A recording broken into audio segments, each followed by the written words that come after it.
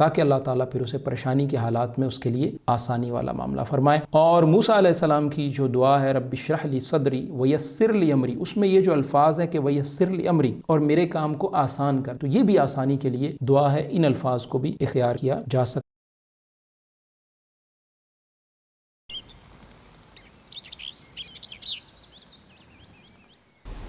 آسانی کے لیے دعا۔ انس رضی اللہ عنہ سے روایت ہے کہ رسول اللہ صلی اللہ علیہ وسلم نے فرمایا اللہم لا سہل الا ما جعلتہ سہلا وانت تجعل الحزن اذا شئت سہلا۔ تو اے اللہ،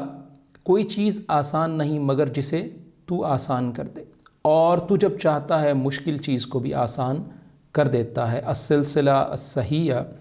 2886، اور محدث الالبانی نے اس کی اسناد کو صحیح کہا ہے۔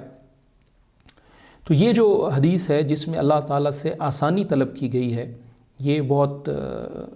انسان کے لیے کارآمد دعا ہے۔ بعض دفعہ آپ کی روٹین بڑی اچھی چل رہی ہوتی ہے، صحیح چل رہی ہوتی ہے، لیکن پھر اچانک کوئی رکاوٹ یا گڑبڑ ہو جاتی ہے، گاڑی چلتے چلتے گاڑی چلتے چلتے یکدم خراب ہو جاتی ہے، گھر کی اپلائنسز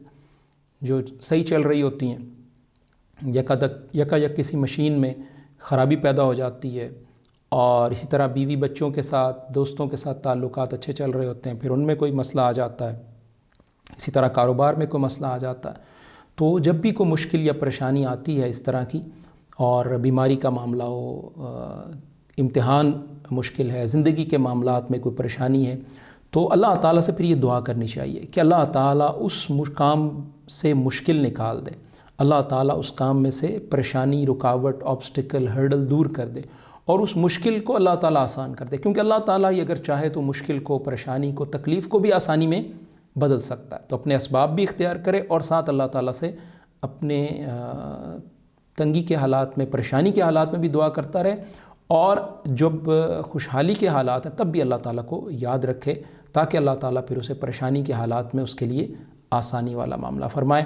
اور موسیٰ علیہ السلام کی جو دعا ہے رب اشرح لی صدری ویسر لی امری، اس میں یہ جو الفاظ ہیں کہ ویسر لی امری، اور میرے کام کو آسان کر دے، تو یہ بھی آسانی کے لیے